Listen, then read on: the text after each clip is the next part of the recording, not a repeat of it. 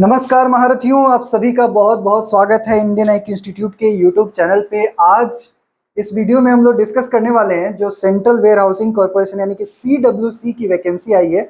Wonderful opportunity है, बहुत ही अच्छा मौका है उन बच्चों के लिए जो मेहनत कर रहे हैं। मैं बहुत साफ सीधी सी बात करूंगा। बहुत सारे बच्चे पूछ रहे हैं कि सर इसके बारे में वीडियो बना दीजिए, क्या है कैसे एग्जाम और भरना चाहिए नहीं भरना चाहिए, एक बार एनालिसिस कर दीजिए। बहुत साफ सीधी बात करूंगा, किन बच्चों को भरना चाहिए वो भी मैं बता दूंगा आप लोगों को। सबसे पहले जो CWC है वो आपको पता है कि गवर्नमेंट ऑफ इंडिया की PSU है, यानी कि पब्लिक सेक्टर अंडरटेकिंग है। तो आप एक गवर्नमेंट कंपनी में वर्क करोगे, जूनियर टेक्निकल असिस्टेंट की पोस्ट है, अच्छी पोस्ट है। मतलब कहने का मतलब ये है कि समझिए कि एक दो प्रमोशन के बाद आप अपने गाड़ी पे भारत सरकार लिखवा सकते हैं। तो एक बहुत ही अच्छा मौका है। बैंक से हटके अगर कोई किसी दूसरे ऑफिस में जाना चाहता है, फॉर एग्जांपल जैसे FCI एक अच्छा अपॉर्चुनिटी था, वैसे ही आपको यहाँ भी एक अच्छा अपॉर्चुनिटी मिलने वाला है। डेफिनेटली सीट थोड़ा सा कम है, लेकिन वो भी डिपेंड करता है कि आप किस नज़रिए से देख रहे हैं। जनरल कंपटीशन में भी इतने सीट के साथ बहुत सारी वैकेंसी आती है ऐसे PSU में, जहाँ की जनरल जो BSc या बैचलर डिग्री होल्डर्स होते हैं उनको वहाँ पर एलिजिबल माना जाता है। तो यहाँ पर तो स्पेसिफिकली बताया गया है कि एग्रीकल्चर और बोटनी जूलॉजी वाले एलिजिबल हैं, ठीक है। तो देखेंगे तो कंपटीशन भी मोर और लेस कम है दूसरे सीट्स के मुकाबले। जो जनरल वैकेंसीज होते हैं उसके अकॉर्डिंग अगर आप सीट्स देखें तो ठीक ठाक है, बहुत ज़्यादा कम नहीं है, बहुत ज़्यादा भी नहीं है कि हम कहें कि हाँ बम्पर वैकेंसी। नहीं, बम्पर वैकेंसी नहीं है, सिर्फ उन बच्चों के लिए जो मेहनत कर रहे हैं, जो IBPS AFO की सीरियस प्रिपरेशन कर रहे हैं और जिन्होंने FCI AG3 की भी सीरियस प्रिपरेशन की थी पर किसी वजह से रुक गए थे, उन लोगों के लिए अच्छा अपॉर्चुनिटी है, ठीक है। Next slide. इंडियन आइक इंस्टीट्यूट हमारे चैनल पे नए हैं तो इसको सब्सक्राइब कर लीजिए। हमारी वेबसाइट है indianaik.com, वहाँ पर भी आप विजिट कर सकते हैं। हमारे कोर्स, टेस्ट सीरीज, बुक्स वगैरह अगर आप परचेज करना चाहें तो वहाँ से आप देख सकते हैं। Next slide. चलिए पहले हम लोग बात करेंगे शेड्यूल के बारे में। शेड्यूल जो है आपका रजिस्ट्रेशन स्टार्ट हो रहा है 26 अगस्त से 24 सितंबर तक। आपकी जो फीस आप भर सकते हैं वो भी 24 सितंबर तक भर सकते हैं। बाकी फिर एग्जाम से 10 दिन पहले कॉल लेटर आ जाएगा। एग्जाम का डेट अभी तक फिक्स नहीं किया गया है, लेकिन प्रोबेबली एग्जाम आपका जो है अक्टूबर या नवंबर में कंडक्ट कराया जाएगा। आगे अब हम लोग बात करेंगे पोस्ट की। तो सबसे पहले बहुत सारे पोस्ट है, अलग अलग पोस्ट है, लेकिन हमारे लिए जो काम का पोस्ट है वो है जूनियर टेक्निकल असिस्टेंट का, ठीक है। जूनियर टेक्निकल असिस्टेंट का टोटल 81 वैकेंसी है यहाँ पर। सैलरी पे स्केल भी देखें तो बहुत ही अच्छा है। लेवल 5 की जॉब है आपकी, और लेवल 5 की जॉब है कहने का मतलब है कि आपका सैलरी लगभग 50,000 के आसपास यहाँ पे आराम से बनेगा। टोटल पोस्ट आपका 81 है, जिसमें कि जनरल के लिए 33 पोस्ट है, EWS 8, OBC 18, SC ST के 17 और 5 पोस्ट है। एज लिमिट की यानी एलिजिबिलिटी क्राइटेरिया की तरफ बढ़ते हैं तो एज लिमिट जो है आपका 18 ईयर से लेकर 28 ईयर्स तक है।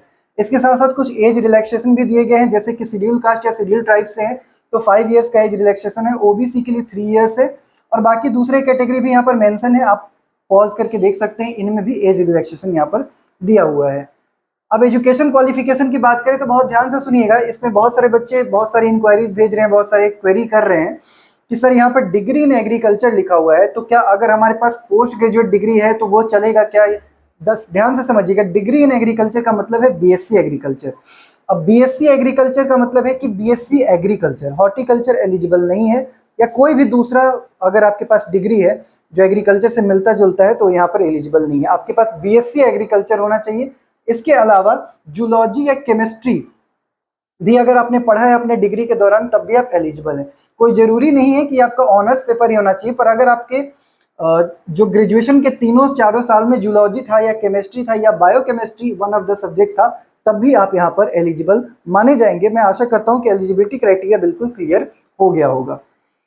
दूसरी बात, एक और प्रीवियस स्लाइड पे आइए, यहाँ डेट लिखा हुआ है 24 सितंबर। तो 24 सितंबर यानी कि एग्जाम का फॉर्म भरने के लास्ट दिन तक आपके जो फाइनल रिजल्ट है वो डिक्लेयर हो जाना चाहिए, मार्कशीट आपके पास होनी चाहिए, तभी आप इसके लिए एलिजिबल हैं। तो डेट का भी ध्यान रखिएगा, ये आपका कट ऑफ डेट है। इसके बाद सिलेक्शन प्रोसेस की बात करें तो बहुत ही सिंपल, एक ही टेस्ट होगा आपका, कंप्यूटर बेस्ड टेस्ट होगा, सिंपल एक टेस्ट होगा। उसके बाद आपका डॉक्यूमेंट वेरिफिकेशन कराया जाएगा।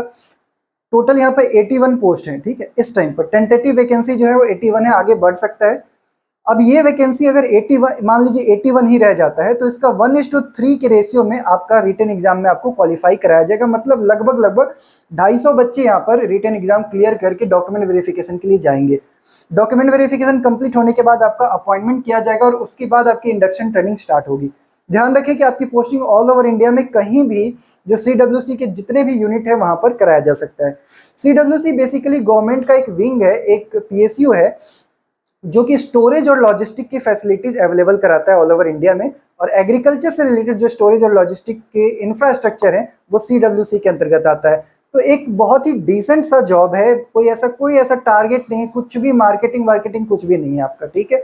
डिसेंट सा जॉब है, कभी ऑफिस कभी ऑन साइट आपको यहाँ पर अपना जो रिस्पॉन्सिबिलिटीज है उसका वहन करना होता है। बाकी ट्रेनिंग और पोस्टिंग आपके ऑल ओवर इंडिया में कहीं भी हो सकती है। अगर आप JTA के पोस्ट पे लद्दाख वाली यूनियन टेरिटरी में अगर आप सेलेक्ट होते हैं तो आपकी पोस्टिंग लद्दाख या नॉर्थ ईस्टर्न स्टेट में ही की जाएगी, खासकर इनिशियली। बाद में आपकी ट्रांसफर की जा सकती है दूसरी जगह। 2 साल का प्रोबेशन पीरियड होता है, ये प्रोबेशन पीरियड के बाद आपको एब्जॉर्ब कर लिया जाता है एज ए परमानेंट एम्प्लॉय। तो प्रोबेशन पीरियड बेसिकली कुछ नहीं है, ये कोई भी गवर्नमेंट एग्जाम आप क्लियर करके ज्वाइन करने जाते हैं तो पहले प्रोबेशन पीरियड आपको कंप्लीट करना होता है, उसके बाद ही आपको एब्जॉर्ब किया जाता है, ठीक है। ये बेसिकली बस कहने का होता है, उसमें कुछ इतना फर्क नहीं पड़ता है। मेन मैटर ये है एप्लीकेशन फी, ठीक है। अगर आप SC ST PWD या एक्स सर्विसमैन या वुमेन कैंडिडेट हैं तब तो आपको 400 रुपये पे करना होगा, ठीक है। मतलब इसमें भी कम नहीं है, इसमें भी 400 है। बाकी अगर आप इनके अलावा अनरिजर्व कैंडिडेट है, EWS OBC हैं, तब तो आपको यहाँ पर 1250 रुपये पे करना पड़ेगा। तो फीस थोड़ा सा यहाँ पे फैक्टर बन सकता है, बहुत सारे बच्चे फीस को देखकर अप्लाई नहीं करेंगे, तो इस वजह से भी थोड़ा सा कंपटीशन यहाँ पर कम रह सकता है, क्योंकि 1250 रुपये थोड़ा सा ज्यादा है। अच्छा, एक और बात, अभी इस टाइम पर NSC की भी, नेशनल सीड कॉर्पोरेशन की भी वैकेंसी आई है और CWC की वैकेंसी आई है।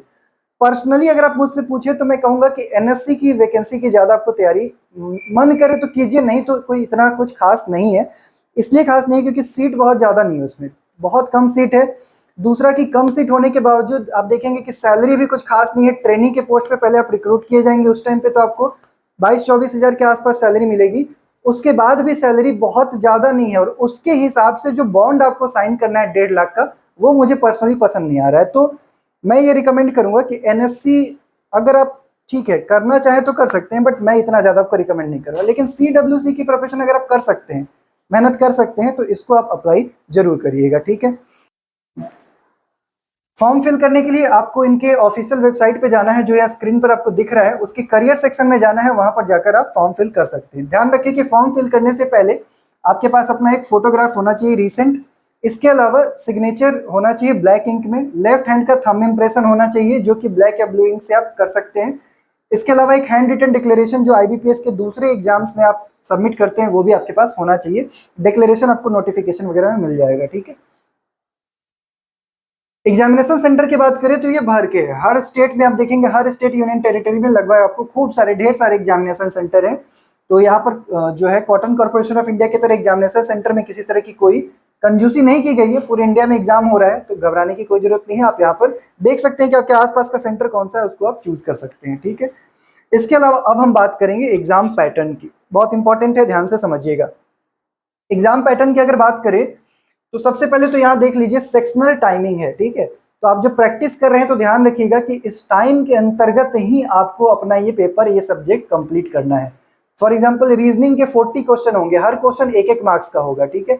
मीडियम आपका हिंदी और इंग्लिश दोनों रहेगा, 35 मिनट में 40 क्वेश्चन करना है। इंग्लिश में टोटल 35 क्वेश्चन होंगे, 20 मिनट मिलेगा। इंग्लिश जो है 35 क्वेश्चन 20 मिनट में आराम से किया जा सकता है, और असिस्टेंट लेवल का पेपर है तो बहुत ज्यादा कोई डिफिकल्ट भी नहीं होगा। DI और क्वांटिटेटिव एप्टीट्यूड के 40 क्वेश्चन होंगे, 1-1 मार्क्स का, वो भी रहेगा, हिंदी और इंग्लिश में रहेगा। 35 मिनट में आपको 40 क्वेश्चन करने हैं। जनरल अवेयरनेस में 20 मार्क्स है और 20 क्वेश्चन है, हिंदी इंग्लिश दोनों में आएगा। 10 मिनट आपको जनरल अवेयरनेस करने के लिए दिया जाएगा। 10 मिनट में 20 क्वेश्चन सफिशियंट है। जनरल अवेयरनेस आता है तो आप मारेंगे, नहीं आता है तो छोड़ेंगे, सिंपल सी बात है। कुछ इसमें ऐसा है नहीं कि आपको सोचने समझने के लिए टाइम चाहिए। अब समझिए, रीजनिंग, इंग्लिश, DI, क्वांट और जनरल अवेयरनेस का कोई सिलेबस स्पेसिफाई नहीं किया गया आपके नोटिफिकेशन में, ठीक है। लेकिन आपका एग्जाम जो है IBPS के पैटर्न पे होगा, SSC के पैटर्न पे नहीं होगा। तो आपको जो प्रैक्टिस करना है वो आईबीपीएस के सिलेबस में जितने भी पार्ट होते हैं, यानी आईबीपीएस के स्पेशलिस्ट ऑफिसर, आईबीपीएस के पीओ, क्लरिकल के सिलेबस में जो जो सब्जेक्ट है उसका ही प्रैक्टिस करना है, लेकिन क्लरिकल लेवल का जो एफसीआई का लेवल था ना असिस्टेंट वाले पोस्ट का, सेम वही लेवल यहाँ पर देखने को मिलेगा।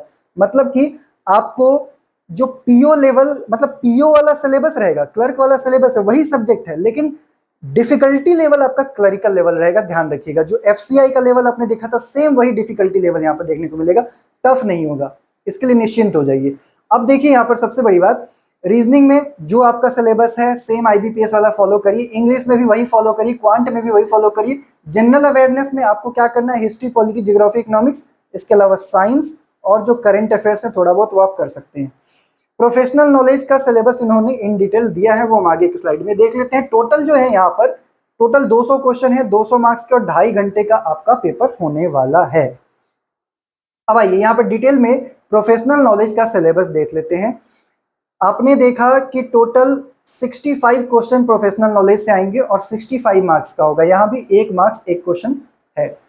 बेसिक एग्रीकल्चर में आपसे crop production, animal husbandry, plant protection, agriculture extension, horticulture और एग्रीकल्चर इकोनॉमिक्स पूछा जा रहा है, जो आप जनरली आईबीपीएस एएफओ के लिए पढ़ते हैं, ठीक है। अब क्रॉप प्रोडक्शन का मतलब आपका एग्रोनॉमी वाला पार्ट हो गया, इसमें सॉइल साइंस और न्यूट्रिएंट वाला पार्ट भी कवर होगा, ध्यान रखिएगा। एनिमल हस्बेंड्री, इसमें आप एनिमल हस्बेंड्री के साथ पोल्ट्री भी साथ में स्टडी करिएगा। प्लांट प्रोटेक्शन में आपको क्या करना है, पैथोलॉजी, इंटोमोलॉजी, नेमाटोलॉजी और उनका जो कंट्रोल मेथड है उसको आपको अच्छे से पढ़ना है। एग्रीकल्चर एक्सटेंशन डिटेल में पढ़ना है। हॉर्टिकल्चर, अब हॉर्टिकल्चर में आपको कंप्लीट हॉर्टिकल्चर, यहाँ पे स्पेसिफाई नहीं किया गया क्या, तो आपको पूरा पोमोलॉजी, ओलेरिकल्चर, मेडिसिनल एरोमेटिक, जो भी सारा हॉर्टिकल्चर का पार्ट है वो सारा आपको यहाँ पर कंप्लीट करना है, बेसिक जो है हॉर्टिकल्चर का उसके अलावा। इसके अलावा एग्रीकल्चर इकोनॉमिक्स भी आपको यहाँ पर पढ़ना है, ठीक है। अब बोटनी के भी 10 क्वेश्चन होंगे, तो बोटनी के लिए मोस्ट ऑफ द स्टूडेंट आप में से एफसीआई की तैयारी अगर की होंगे तो बोटनी में जो आपने एफसीआई में पढ़ा था सेम वही है, कुछ भी अलग नहीं है। Cell biology, tissue, organ system, ये सारा चीज आपने पढ़ा था उस टाइम एफसीआई के लिए। जेनेटिक्स है, प्लांट की क्लासिफिकेशन है, डाइवर्सिटी, इकोलॉजी, लाइफ प्रोसेस, ये एग्जैक्टली एफसीआई वाला सिलेबस है, एग्जैक्टली वही सिलेबस है। तो आपने जो वहां पढ़ा था वही आपको यहाँ भी पढ़ना है, ठीक है, कुछ भी एक्स्ट्रा अलग नहीं है।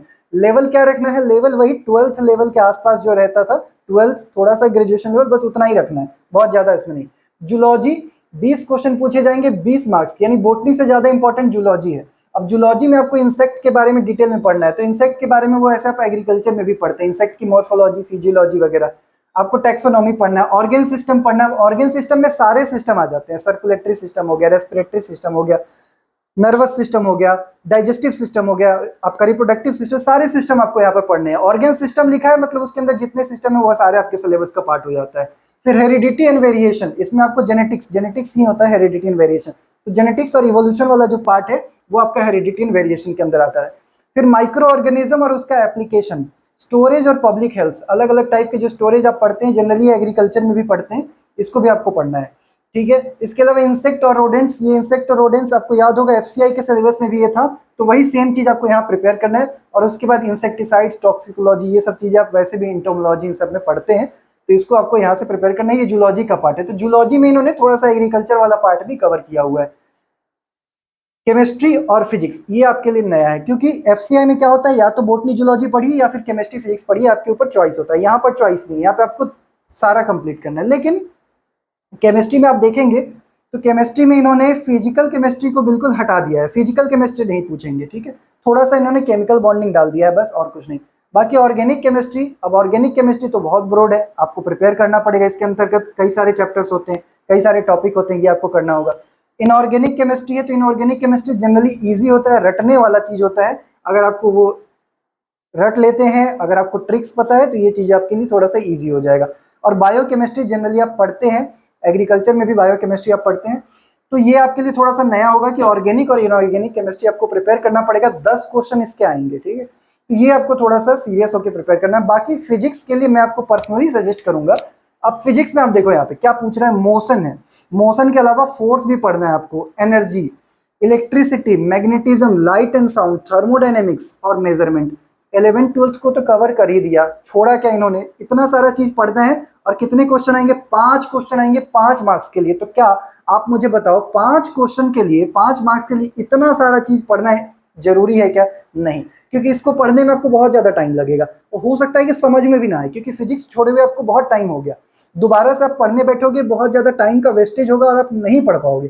5 क्वेश्चन के लिए फिजिक्स पढ़ना, मुझे लगता है कि ये स्मार्ट स्टडी नहीं है। हार्ड वर्क करना है तो करिए, स्मार्ट वर्क का ये पार्ट नहीं है, तो इसको आप स्किप कर सकते हैं अगर आप मेरा सजेशन माने तो, ठीक है। उतना टाइम किसी और पोर्शन में दोगे तो स्ट्रांग होगा और उसमें आप ज़्यादा मार्क्स उठा पाओगे। फिजिक्स पढ़ लोगे, हो सकता है एग्जाम में समझ में ही ना आए, एग्जाम में टिक ना मार पाओ, तो टाइम का वेस्टेज है। तो ये आपका प्रोफेशनल नॉलेज जो पार्ट है उसको मैंने डिस्क्राइब कर दिया, ध्यान से इसको तैयार करिएगा।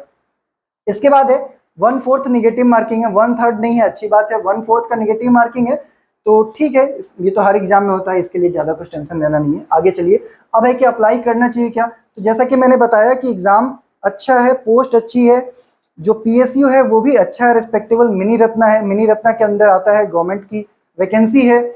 और जैसा कि मैंने बताया कि 1-2 प्रमोशन के बाद आप अपने गाड़ी पे भारत सरकार लिखवा सकते हैं। एक सरकारी जॉब इंजॉय करना चाहते हैं, लगे कि हाँ सरकारी नौकरी कर रहे हैं, तो इसको अप्लाई कर दीजिए, ठीक है। ऐसा कॉर्पोरेट वाला फील आपको यहाँ नहीं आएगा, प्रॉपर सरकारी लगेगा। 80 के आसपास वैकेंसी है, देखे तो कम भी है, देखे तो ठीक ठाक भी है, मतलब ऐसा नहीं है कि बहुत ज़्यादा कम है, 2, 4, 5, 10 नहीं है, 80 वैकेंसी है।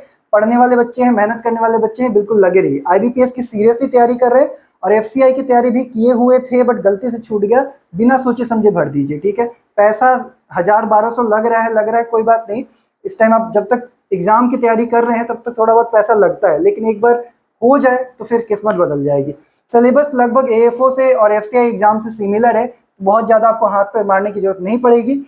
AFO की अच्छा खासा आपका रिवीजन हो जाएगा, तो एक अच्छी अपॉर्चुनिटी है, रेस्पेक्टेबल जॉब है, हेक्टिक कोई ऐसा आपका जॉब नहीं रहेगा, PSU का जॉब है, समाज में इज्जत होगा, भाई PSU में काम कर रहा है बच्चा। बाकी एग्जाम सेंटर हर स्टेट में है, तो आपको बहुत ज़्यादा ट्रेवल भी नहीं करना पड़ेगा, तो मेरे हिसाब से सीरियस स्टूडेंट है तो फॉर्म आप भर सकते हैं। और वैसे नेशनल सीट कॉर्पोरेशन का मैं आपको सजेस्ट नहीं करूंगा, क्योंकि वैकेंसी कम है, दूसरा कि वैकेंसी कम है, आपको सिलेबस भी उसमें क्लियर नहीं है, सैलरी भी बहुत ज़्यादा नहीं है, बॉन्ड भी 1.5 लाख का साइन करना है, तो नेशनल सीट कॉर्पोरेशन से थोड़ा सा बचिए। चैनल पे नए हैं तो सब्सक्राइब कर लीजिए, और स्लाइड कोई नहीं है ना, ठीक है। चैनल पर नए हैं तो सब्सक्राइब कर लीजिएगा, अपने दोस्तों के साथ वीडियो भी शेयर कर दीजिएगा। मिलते हैं फिर आप लोगों से नेक्स्ट अपडेट में।